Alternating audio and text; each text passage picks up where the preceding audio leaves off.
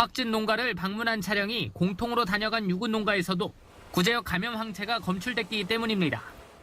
정부는 두 번째 확진 농가 주변 가축들을 예방적 매물 처분하기로 하고 최초 확진 농장을 들른 차량 경유지를 파악했습니다. 그 결과 전국 200여 곳의 농장에도 머물렀던 사실이 확인됐습니다. 두 번째 확진 농장을 비롯해 감염 항체가 검출된 5개 농장을 오간 차량까지 감안할 경우 농장 수는 더 늘어날 전망입니다. 구제역 주의 단계에서 경계 단계로 격상을 하도록 하겠습니다. 정부는 전국 지자체에 대책본부를 마련하는 한편 방역 상황에 따라 가축 시장을 일부 폐쇄하는 방안도 검토하고 있습니다. 농식품부는 안성시와 인접 6개 시군에 구제역 백신 147만 개를 긴급 투입해 추가 확산 방지에 총력을 기울이고 있습니다. 한편 충북 충주의 한 농가에서도 구제역 의심 증상을 보인 한우 한 마리가 구제역 양성 반응으로 나타났습니다. 이 농가의 경우 아직 한 번도 구제역이 걸리지 않은 농가로 이번에 구제역이 최초 발생한 안성과도 연결고리가 없다고 충북도는 밝혔습니다. KTV 신국진입니다. 방역당국이 구제역 확산 방지에 총력을 기울이고 있는데요. 네, 이낙연 총리가 매뉴얼보다 선제적이고 강화된 방역 조치가 필요하다고 강조했습니다. 김용민 기자입니다. 지난 28일 구제역이 처음 발견되자 방역 당국은 곧바로 초동 조치에 들어갔습니다. 하지만 구제역 2차 발생으로 위기 경보 단계가 주의에서 경계로 격상된 상황. 이낙연 국무총리가 국정연안 점검 조정회의를 열고 구제역 방역에 대해 언급했습니다. 담당자들에게 24시간 비상 방역에 임해달라며 매뉴얼보다 더 선제적이고 강화된 조치가 필요하다고 말했습니다. 필요한 조치는 취했지만 그것으로 충분하지 않습니다.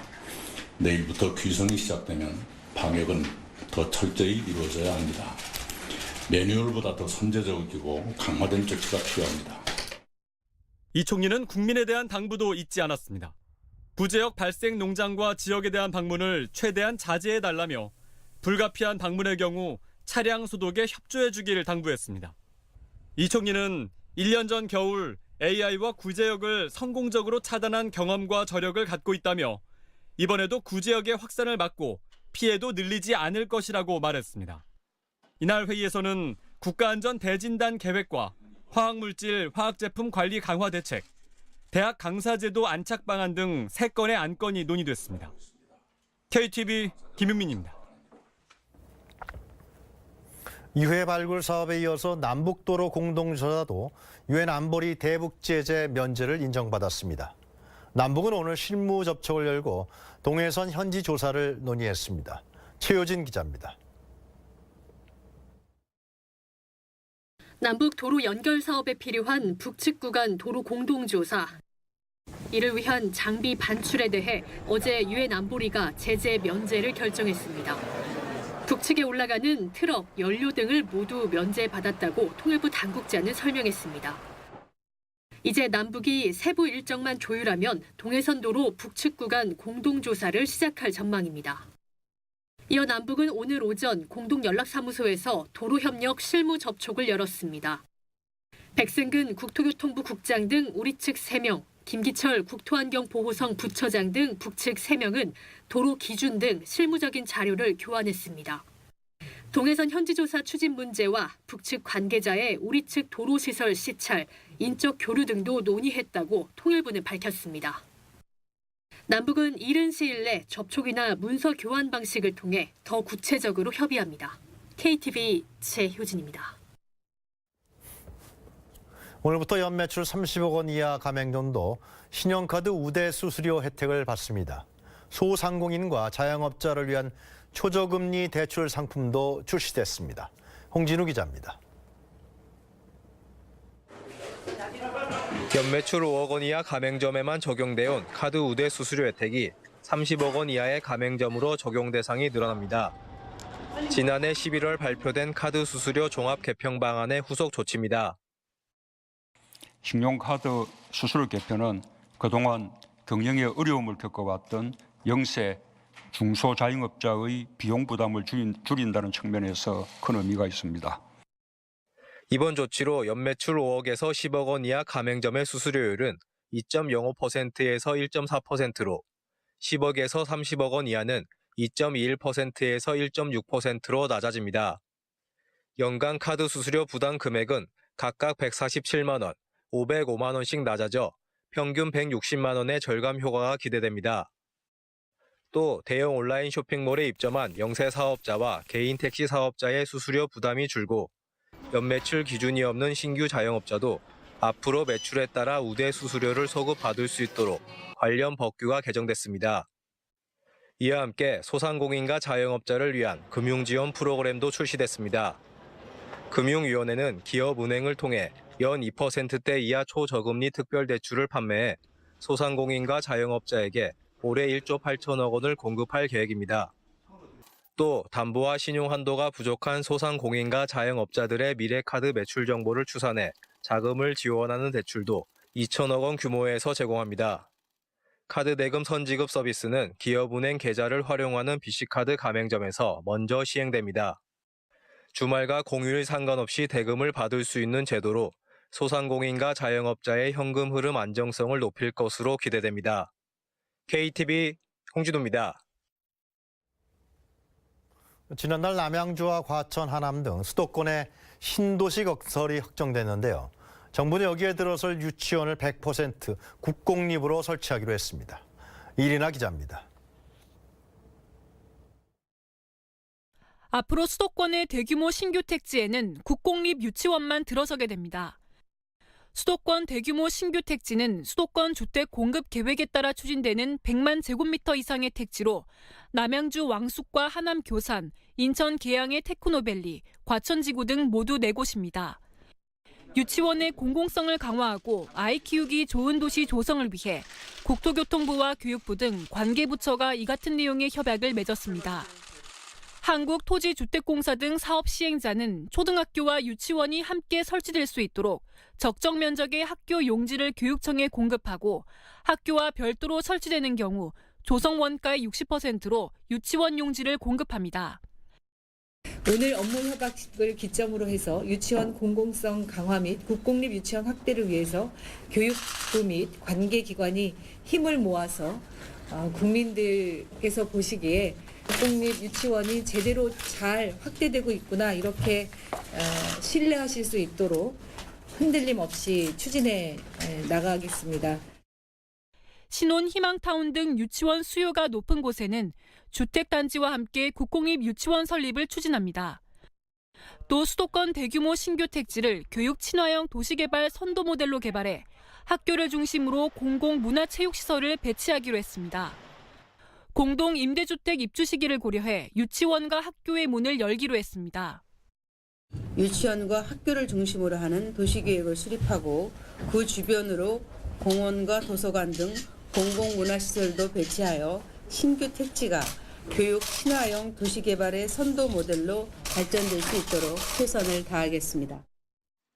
대규모 신규 택지 외에도 한국토지주택공사와 경기도시공사가 추진 중인 공공택지에도 국공립 유치원 확대를 위해 용지를 추가 제공하고 관련 법령 등 제도 개선을 위해 관계부처가 함께 노력해 나가기로 했습니다. KTV 이리나입니다. 김현미 국토교통부 장관은 사회적 대타협 기구를 통해 택시와 플랫폼 업계, 정부와 이용자가 지혜를 모아야 한다고 말했습니다. 김 장관은 청와대 국민청원 답변에서 갈등을 대화로 풀어보자고 모인 만큼 해소되지 못했던 다양한 문제가 논의 테이블에 올라올 것이라며 이같이 전했습니다. 김 장관은 새 기술과 전통 산업이 결합해 서비스를 만들어내는 것이라며 이를 통해 산업도 발전하고 종사자도 행복하며 국민들이 만족할 수 있는 길이 되도록 노력하겠다고 밝혔습니다. 문재인 대통령은 오늘 비서관 3명에 대한 인사를 단행했습니다. 고용노동비서관의 조성재 한국노동연구원 노사관계연구본부장, 연설기획비서관의 오정식 정무비서관실 선임행정관, 제도개혁비서관에는 신상혁 국정기획상황실 선임행정관을 임명했습니다. 조성재 고용노동비서관은 서울 출신으로 경제사회발전노사정위원회 공익위원을 지냈습니다. 제주 출신인 오종식 연설기획비서관은 민주당 전략홍보본부 부본부장을 지냈고 신상엽 제도기획비서관은 국무총리 비서실 정무비서관을 역임했습니다. 직업계고 학생들의 취업 통로인 현장 실습. 하지만 2년 전 사고 이후 참여가 저조했는데요. 교육부가 참여 기업을 확대하고 학생 안전은 강화하는 방안을 마련했습니다. 곽동화 기자입니다. 지난 2017년 말 제주도 현장 실습생 사고 이후 학생과 기업의 현장 실습 참여가 저조한 가운데 교육부가 직업계고 현장 실습 보완 방안을 발표했습니다. 직업계 고등학교 학생들의 현장 실습에 안전을 지키고 자신의 진로 적성에 맞는 취업의 길을 확실히 열어가도록 정부가 지원하고 노력하겠습니다. 우선 안전한 현장 실습 환경을 조성하기로 했습니다. 학생들에게 상시 상담을 제공하고 권리 구제를 돕는 등 사후 지원을 위해 모든 직업계고에 전담 노무사가 지정됩니다. 또 실습생 사고 예방을 위한 관련 법령 개정도 검토하기로 했습니다. 실습생 수당 현실화도 추진됩니다. 실비 수준인 현장 실습생 수당을 실습 시간 등을 기준으로 적정 시급 수준으로 올릴 예정입니다. 근로로 인정하지 않는 것 때문에 20만 원이라는 금액으로 이제 학생들이 실습을 나갔는데 사실 이 부분이 가장 큰 논란이 적혀 있는 이 최저임금을 권고한다라기보다는 좀 더 강력하게 줘야만 한다 이런 식으로 이제 좀 보완이 돼서 적혀 있었으면 좋겠습니다. 직업계고 3학년 2학기를 전원학기로 운영해 전공 과목이나 현장 실습을 중점 이수하는 등 학생이 원하는 대로 교육과정을 선택할 수 있도록 지원합니다. 학교에도 취업지원관을 1명 이상 배치해 중앙, 지역, 학교로 이어지는 지원체계를 구축할 예정입니다. 참여기업의 부담을 덜어주기 위해 중복 선정 절차를 통합하고 현장 실사 횟수를 4회에서 2회로 줄이기로 했습니다. 또 현장 실습 선도기업 가운데 만족도가 높은 기업은 재선정 절차를 3년간 면제합니다. 아울러 현장 실습 선도기업을 확대해 현재 15,000개 수준의 선도기업을 2022년까지 3만 개 이상 확보할 방침입니다. KTV 곽동아입니다.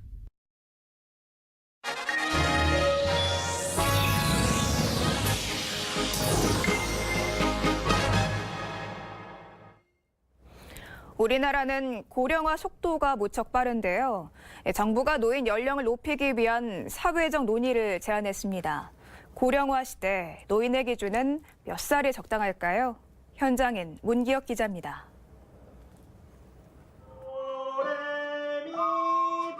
오카리나 선율이 경쾌하게 울리는 이곳은 어르신 음악교실입니다. 이 교실의 최고령은 87, 막내가 71입니다. 이분들께 나이는 숫자일 뿐 스스로 노인이라 생각하지 않습니다. 100세 시대인데 내가 지금 한국 나이로 87이거든요. 13년을 더 버텨야 하니까 건강하게 살아야 100세까지 가지요. 그렇다면 몇 살부터 노인이라고 부를 수 있을까요? 법적으로는 만 65세부터입니다. 그런데 이 기준이 정해진 게